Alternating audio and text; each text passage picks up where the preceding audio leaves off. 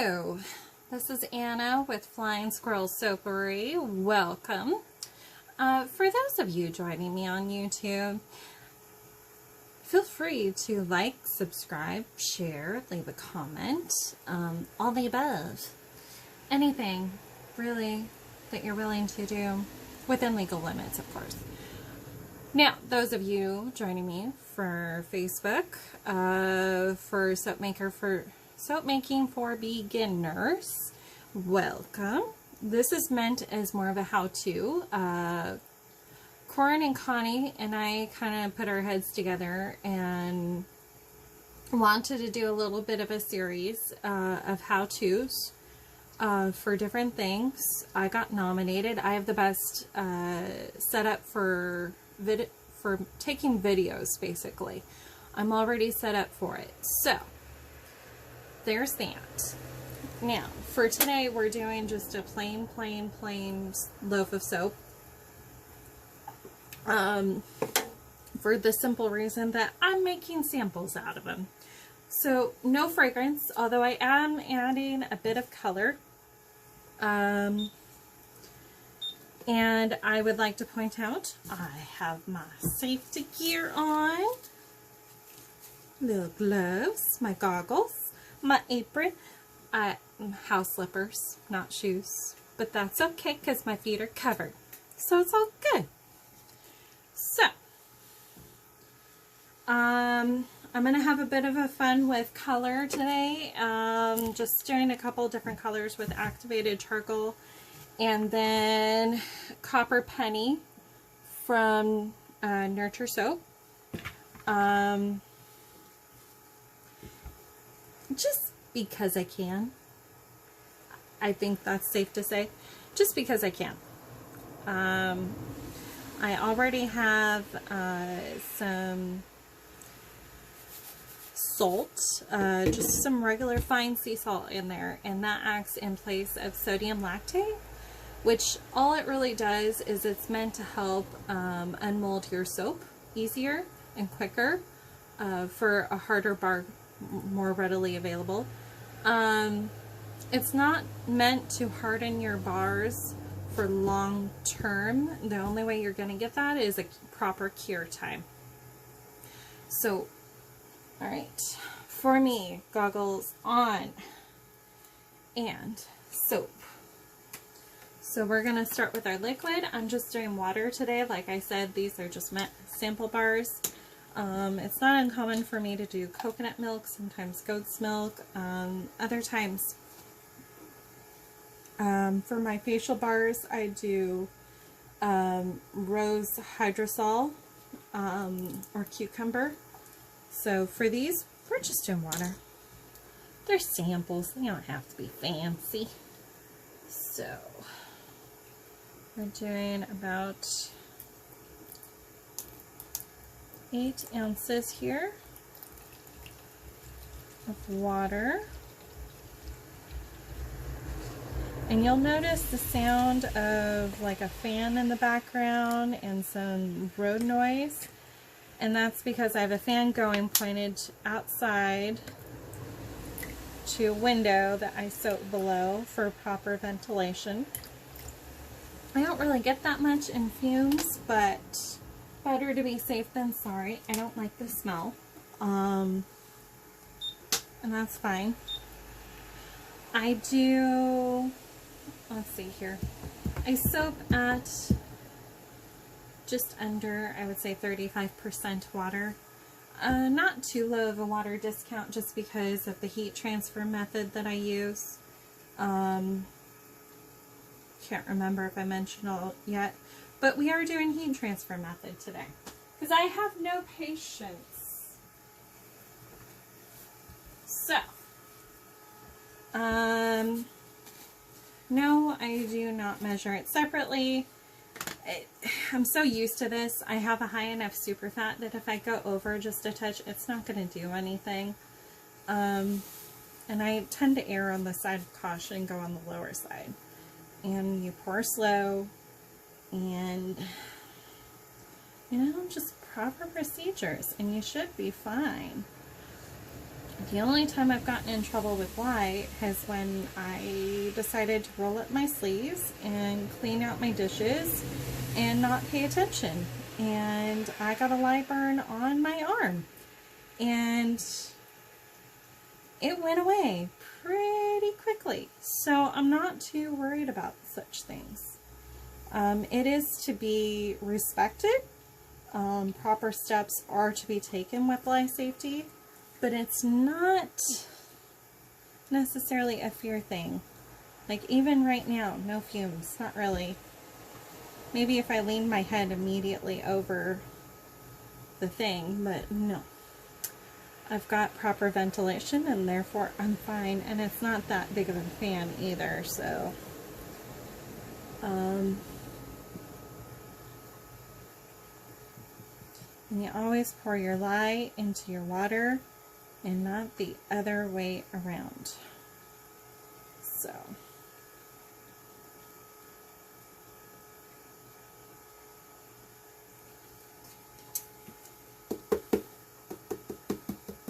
here's where we get really incremental. It's the only part I'm really good at practicing patience for is getting the lye in.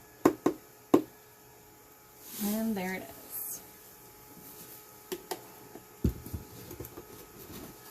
Alright, let me put this up. Goes on the top shelf so nobody can get a hold of it. We're just going to stir this and wait for it to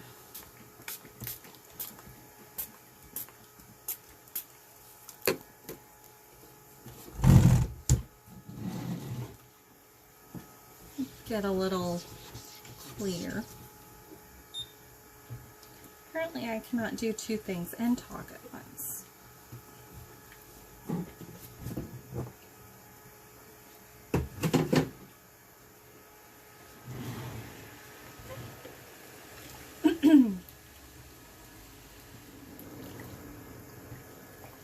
There's the fumes, just a touch.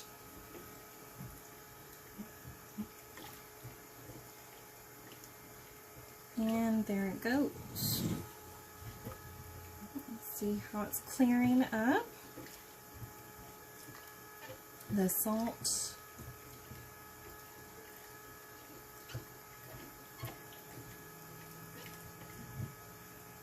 It's in there. It's all dissolved, no more chunks. So let's bring over our fats here. And I've got shea butter, coconut oil, and responsibly sourced palm oil in here. So we're just going to pour gently in here. You'll see the steam. Guys, this part is pretty cool. See that steam? Oh. Alright. So we're going to squish this all down in here. It's already melting. This is why I don't do a huge water discount, just for that purpose. Alright, so we're going to let that sit for a minute. I'm going to mix up my colorants. So we're going to do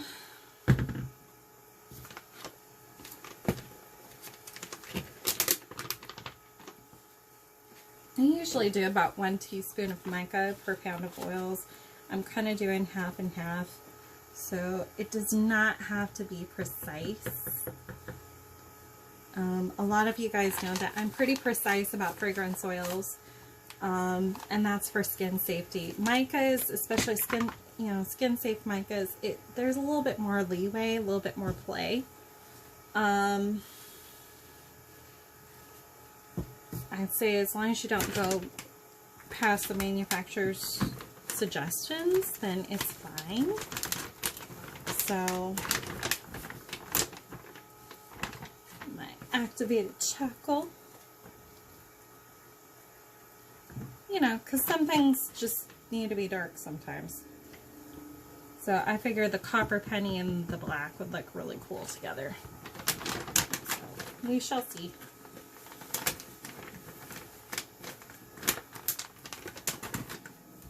And then I'm just going to pour a little bit of this in here.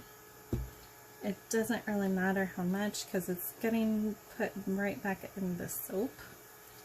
So some people add extra. And just add it to their super fat. I just find that easier and easier to keep track of. And it's mini blender thing. So we're doing that. Are you in the camera? Oh, just barely. Oh my goodness, I'm sorry. Here, let me move that. And you can see, I'm just blending.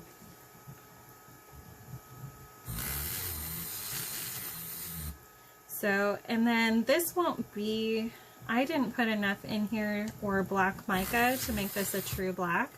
It's going to be on the grayer side. And that's fine. It doesn't need to be black.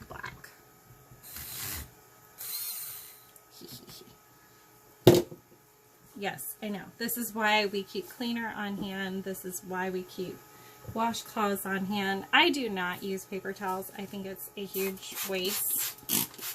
I would rather just do a load of whites with bleach. That is my preference. So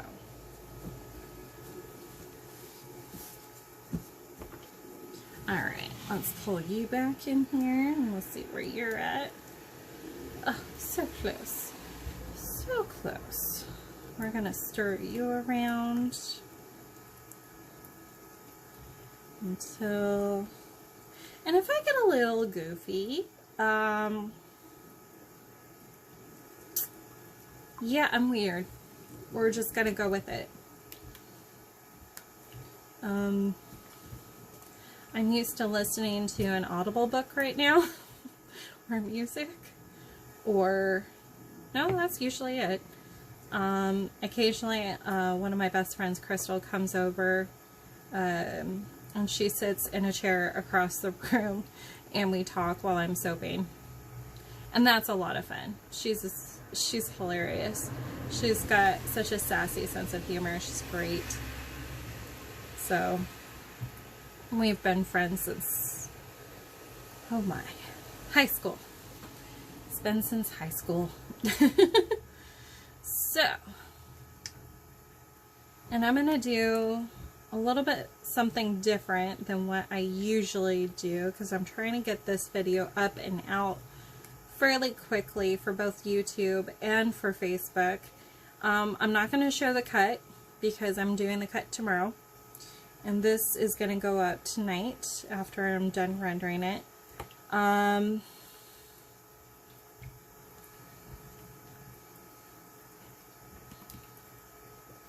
So what I'm going to do instead is I'm just going to be showing the cut on my Facebook and my Instagram. And if you follow me on either, you will see it there. And then on Facebook, I'm also going to put it in the Soap Making for Beginners Facebook group. So you'll see the cut there. But it's not really going to be anything fancy. Like I said, I'm literally just using this loaf of soap to cut up into little samples, half-inch slices, half-inch thick, half bars type thing. That's, you know. So, nothing fancy with that. You can see there's a little bit of shea butter left, so we're gonna mush it. Technical term, that mush. You mush it.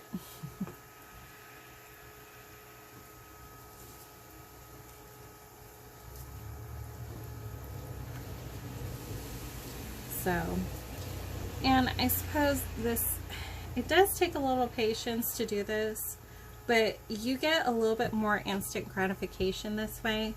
And I think that's why I kind of enjoy this way a little bit more than your usual heat everything up and then let it cool back down. More often than not, I usually prefer to soap around 95 degrees, and I'll kind of take the temperature for you here. See, oh, we're sitting right around 113. So, which is fine. Honestly, there's no set temperature that you have to soap at. Usually rule of thumb says room temperature, but I find that the colder you go, the faster your soap will actually seize up, especially if you're using a lot of hard butters and oils. Just because like coconut usually melts at around 76 degrees. And other things usually melt just a touch higher than that. So, usually body temp. So, yeah, I usually like to soap right around 90, 95. I find is best. I just find it easier. So, this is almost there. We just can't keep smooshing. We do the smoosh. Yes, I told you, I'm weird. That's okay. Weird people are cool people, in my opinion. So, let's see, more about me while we're waiting for this. I'm a total animal person. This is a side job. It is a real job for me. I do this every day. I live and breathe this. My bath and body business. I absolutely love it. But in order to pay the bills, I'm a dog groomer. I've been doing dog grooming for 13 years this summer. Temporarily laid off because of our crisis going on right now. And dog grooming is not considered a necessity here in Washington State, which is where I'm at. I'm about an hour south of Seattle. So I'm in the Olympia area. My husband works for a local company here called Mud Bay. They treat their employees like gold. So I applied and I got on temporarily with them as just a part-time helper type person, you know, doing the grunt stuff, which is fine because like I said, they treat their employees like gold, and I'm used to being self-employed with my usual grooming place, so I'm used to being spoiled and kind of calling my own shots, and you know, the I do what I want type thing. So Mud Bay is pretty cool about, you know, letting you do you, whatever that may be. As long as you're not hurting somebody else, they're pretty cool. Very supportive people. My husband's gotten even to know like the main CEO and his sister over the years, and it's still family run. So even though they're considered a chain now, and they're high-end pet supply. So, my husband's a huge animal person as well, if that doesn't tell you. So, we have currently 3 dogs in the house.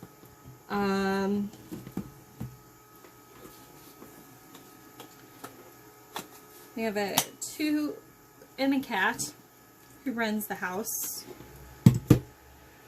So, of course. And they're all females. So, every single one of them thinks that they're in charge. Of course.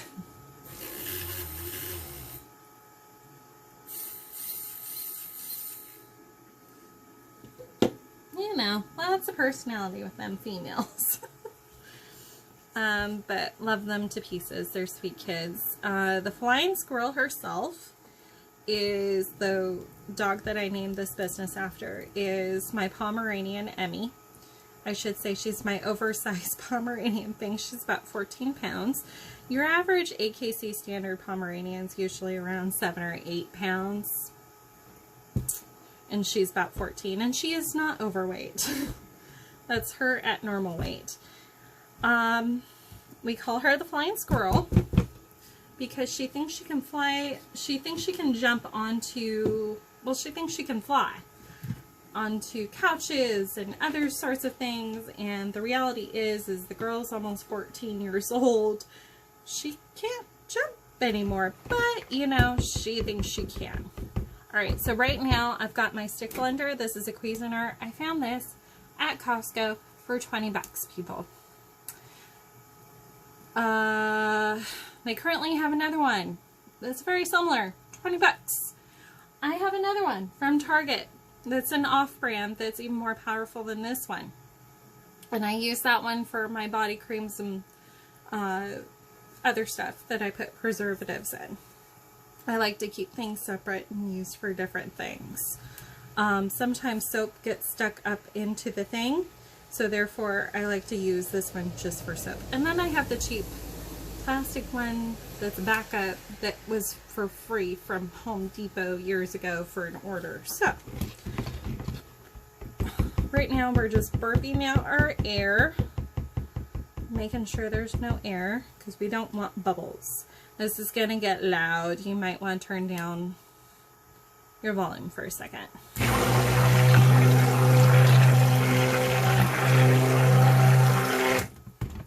Alright, so literally just a few seconds and we've got all the rest of that shea butter that wasn't quite melted, broken down.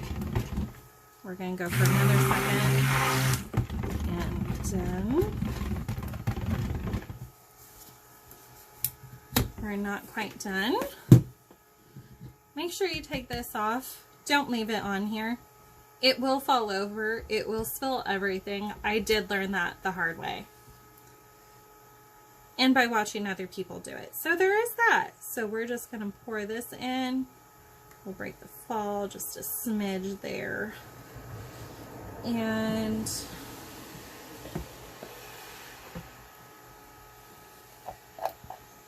I want all that goodness. This is olive oil and avocado oil. So I have several friends that are estheticians, that are beauticians, that are massage therapists. So these ladies, including my mother, so these ladies know their skin. I've made a study of it for the past several years to know my skin as well. And so therefore, I've learned avocado oil is one of the best things that you can put on skin ever for all skin types. It doesn't matter what your skin type is.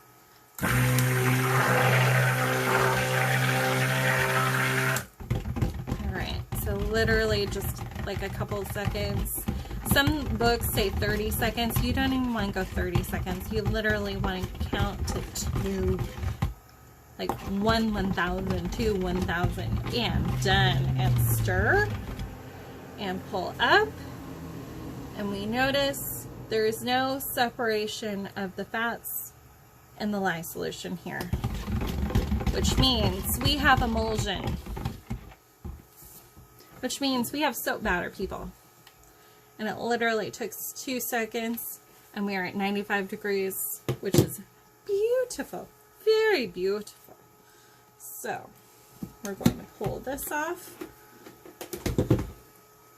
We're going to keep it handy because I do need it for some other things. I'm going to paint this cord here. There we go.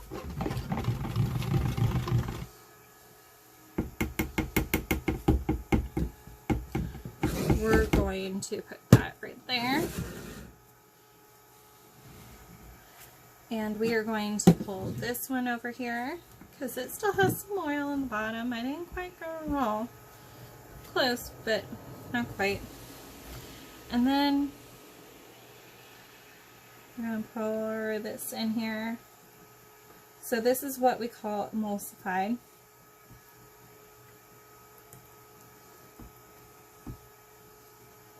So it's not quite to your first trace. And that means that it has longer playability.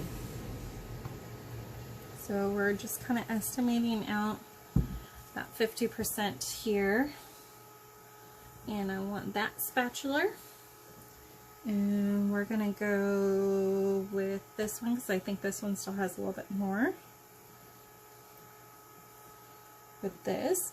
Now, I mixed my colorant with the oil first. Why? I'll tell you why. It means it's going to mix in a lot easier, meaning it's not going to thicken. I mean, look at this. This is liquid. This is liquid. This is what we like. Means it's not going to thicken up on me that quickly. So then we've got this one. And this is so dark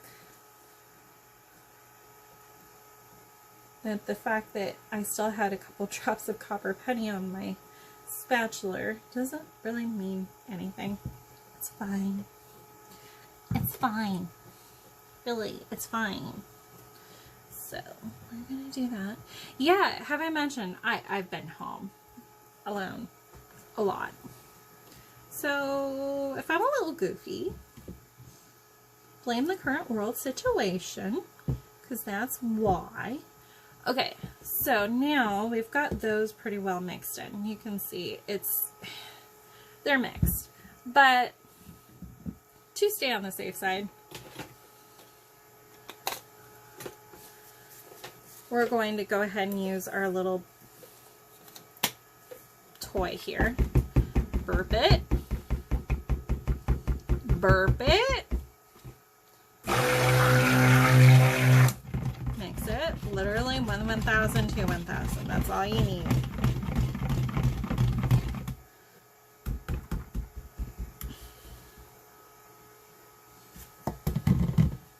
Burp it. We don't want them air bubbles. I'm just saying, you don't want air bubbles.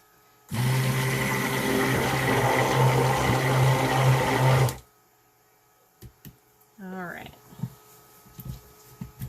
We're going to remove that. We're done with that. We're done with this. But we would like to keep that soap. So we're going to do this. The only thing with this technique is that if you're a super beginner, I do not recommend it for the simple reason that you can get false trace. As you saw in the beginning when I was first putting in the lye solution with the hard oils and butters, it almost looked like it had come to trace, didn't it? Except it didn't. It didn't. It didn't. So, as Mr. Clyde Yoshida would say, we're just going to gently stir this. And this helps with getting rid of some air bubbles, if there are any. Just gentle. Gentle. Yes, I love Clyde Yoshida. He has Vibrant Soap on YouTube, and he's on Instagram. He takes the most beautiful pictures I've ever seen. And I love it. I love his accounts, and I love following him. He's such a sweet, sweet man.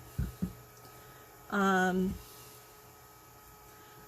so we're going to do a little cleanup here, because, do you see that? That's not okay.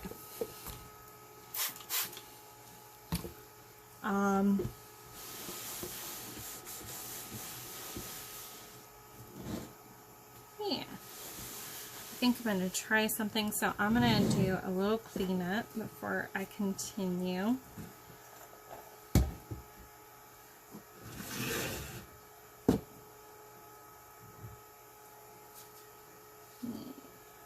Alright, yeah. I think I'll leave those for last, and I will show you cleanup afterwards.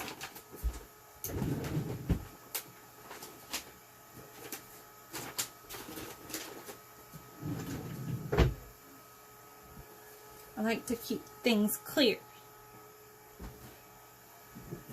And I need my mold. So there's the mold. Yes, I know I have it there. Little piece. Unsaponified shea butter. I don't care. It's not that big of a deal. For those OCDs out there that are like, oh my god, do you say that? It's not that big of a deal. It's really not. To a certain degree, soaping is a science. To a certain degree, soaping is an art. Find the balance. Find the balance, people. Find the balance. Alright, can you see this? I can't tell. I think you can. Yep.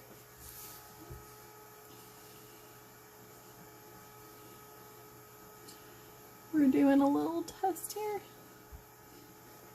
Ah, there it is. Okay, yep. You can see that. And if you know me from Facebook, you know I'm a cherry Coke addict, and I am drinking a cherry Coke right now, and that's not supposed to be okay. But we're gonna go with it. Alright, so this is set for just a second. We're not... I originally was thinking of doing like a clamshell technique. I've only tried it once. My batter was too thin when I did it. I should have waited for it to thicken up. It's about the same as it was then. So I think what I'm going to do is I'm just going to go for it. And if it happens, it happens. And if it doesn't, it doesn't. And I'm going to be okay with that. So, because like I said, soap making is part art and part science. And at some point, you just got to be okay with what you get. So I think I'm going to just do like a modified idea of what it's supposed to be. So I'm not bracing myself up. I'm just going to let this swirl happen. Because I did it before and it looked really cool. It looked like marble. I'm not joking. It looked like marble and it looked really cool. I really like it. And that soap I'm donating because that one didn't have any fragrance either, on purpose. I try to give back as much as I can. I've had a lot of blessings in my life. A lot of people who have helped me out and do things. And a lot of kindness is thrown my way, and I try to give it back where I can, but not with my fragrance oils necessarily. So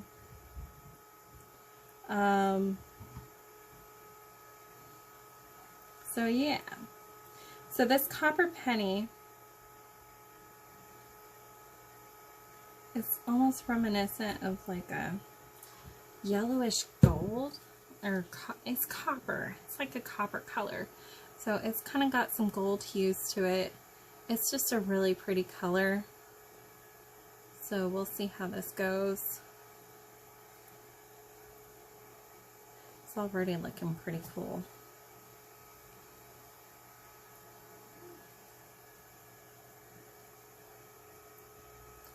So just gently going back and forth. It might come out more as like a tiger stripe type thing this time, just because the colors I've got going on. That's okay. It's really okay.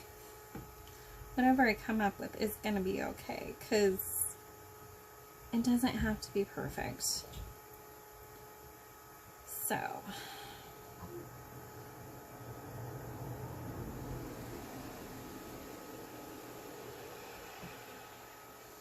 alright, we're almost there.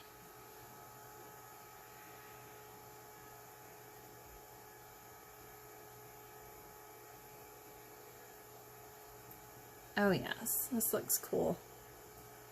I can't wait for the cut tomorrow.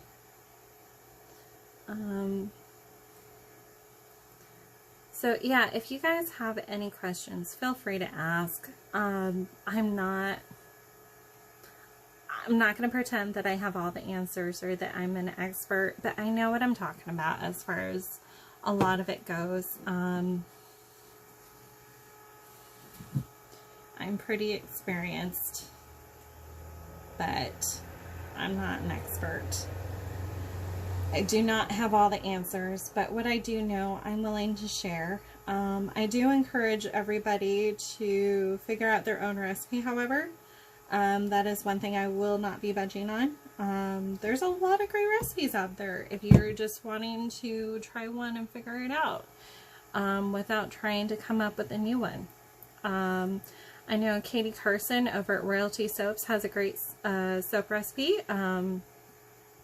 I do believe one of the ladies in our group just used it, and I've heard a lot of great things about it. It's, you know, but one of the things that I know is that everybody has their own preference. Everybody likes different things. Nobody is the same. So, the soap that I choose to make is going to be a little different. Alright, so this final little bit, we're just going to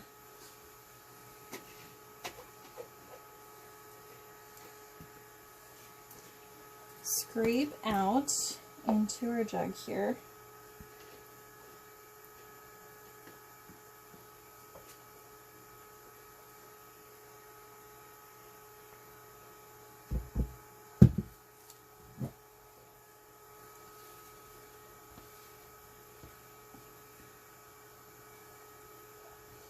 So this will be more of a in the pot type swirl on top, and that's fine.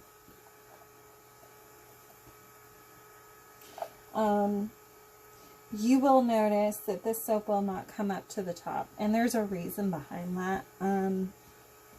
I do a lot of piping with my soap.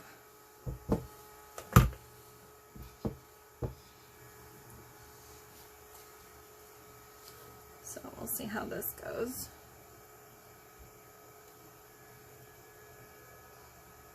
Oh, cool. Still getting this stripe.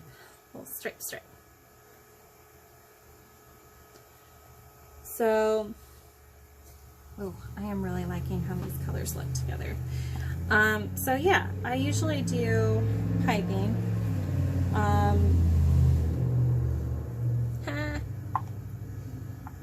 So I like to start just below that line, so I have it designed so my soaps come up a little shy of that. They're coming up a little bit shyer than normal right now because apparently I'm spilling. That's okay. There's a reason why we do clean up as we go. And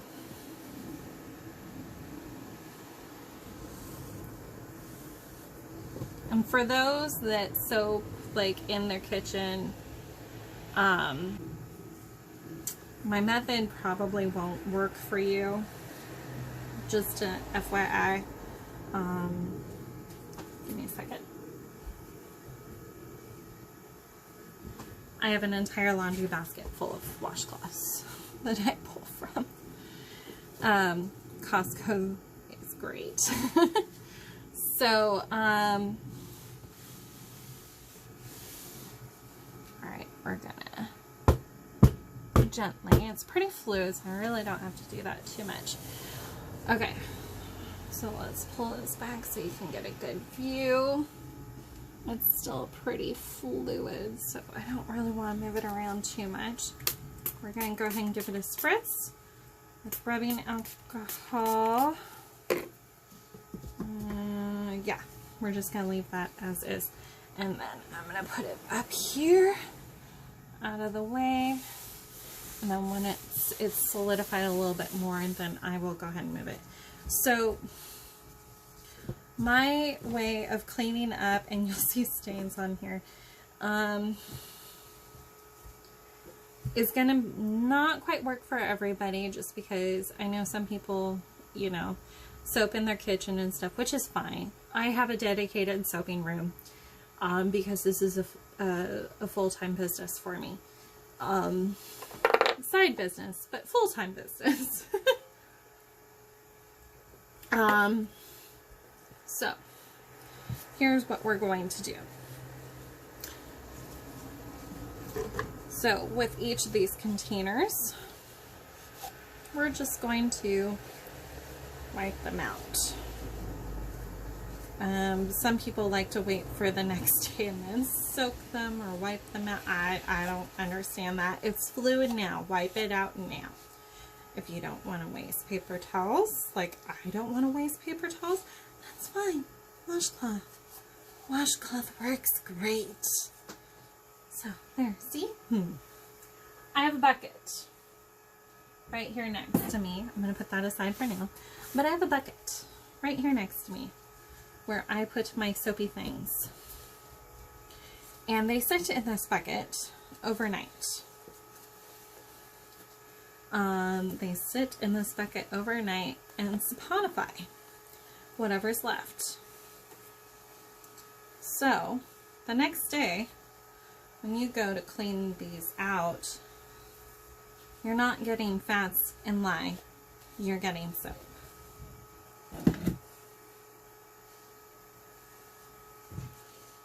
So, and I do wash my dishes in the kitchen. My soaping room is a spare bedroom in my house. And I have 2 clothes hampers right here. One is for dirties, one is for cleans. These. And once I'm done, all these go into the dirty hamper. And once I have a load to put together, about minimum of 24 hours after doing a load, after doing a loaf of soap, I will do a load of laundry.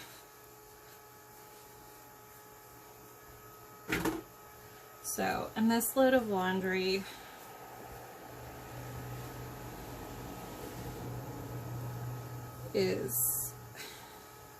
consists of just my soapy dishes, or just my soapy washcloths, soapy laundry, if you will. It's just my soapy laundry things. That's the only thing allowed. So, and if I'm doing multiple batches, which is not unheard of, it's kind of later at night, and I already got some stuff done yesterday, so I'm not doing any more tonight. If I was, I'd just wipe this down. Maybe have a bucket of water in there and kind of go zoom zoom and have it good and ready to go for the next batch. But I don't. And especially with right now, I use bottled water, as you saw earlier. You do not need distilled water. You just need non-heavy metal water. That's it. Filtered water will do the trick. Just make sure you do not have any heavy metals in your water and it will be fine. You can even make your own distilled water if it bugs you to use just regular bottled water. And I know there's kind of a shortage on bottled water right now. So use a filter. It's that simple. That's all you gotta do. Just because the heavy metals and stuff in some water will interfere with your soap making process and the saponification values and such. So you do want to choose your water sources carefully. Alright, so there's that. See? Oh, nice, nice, nice. So stuff like this does not go in the wash. This does. In fact, oh, no, it's clean up just fine. Okay, so mini blender. So these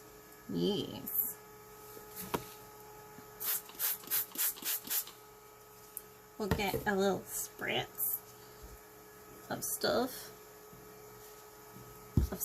That's all you need to know. Stuff. Pick the cleaner you want. Use the cleaner you want. It doesn't really matter. I've used vinegar. I've used bleach. I've used all the things. It doesn't really matter. Just pick a cleaner and go with it. It's whatever you want it to be. Preferably, I mean, if you're working in an environment where you have other people, like a kitchen, vinegar is great because it will deactivate the lye. Do not use it on your skin. It will actually cause, so when vinegar interacts with the lye, it basically causes a reaction, a very heated reaction. They get into a bit of a fight, them two. Vinegar usually wins, but ultimately what happens is it causes an exothermic reaction where it heats up a lot. So if you get lye on your skin, when you put vinegar on it, it then creates an even bigger burn than you would otherwise have if you had just used the water. Just use water. Cold running water. You get lye on your skin, you go running to the first tap you see, throw on the cold water, and run it. Seriously, within a few minutes, you're good to go. Then they're done that. That's just the way it works. And I usually don't spray with cleaner. However, I did use a lot of activated charcoal, so I'm just preventing that from staining. That's all I'm doing. Preventing the staining. But these will all get a nice hot soapy washing tomorrow. And so will my washing machine. On hot with bleach and my regular detergent, which is just all free and clear. And then because, you know, allergies and all that, me and other people in my family, I do not use dryer sheets. I use wool dryer balls. I like to be extra careful when I'm making products for other people. Let's see, that's good. I didn't get anything on it, so that's good. We're going to unplug the device. Do a good cleaning here. And if you notice what I'm using and you object, I don't want to hear it. Okay? It's fine. Especially for a tabletop. And then I go back over with rubbing alcohol to actually sanitize everything. So it is not my final sanitizer. It's just a cleaner. It cleans. That's what it's meant to do.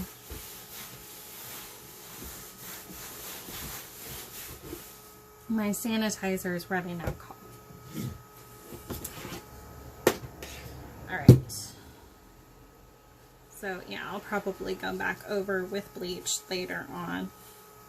Just get the stains. And then we're just gonna... And you want to make sure it's unplugged. Helpful tip that.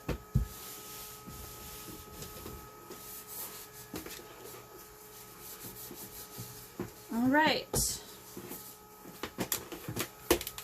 So, any questions, thoughts, concerns? Leave them in the description box below. Oh, and I think this is already hardening up just a smidge. It's still pretty liquid, so we'll just bring it in for a quick little shimmy real quick. And then pretty. It's so pretty. I actually really like these colors together. I'm going to have to do something else with it rather than just be plain. She says. Alright, well, until next time, I hope you have a squirrely fun day, and I will see you soon. Thanks. Bye.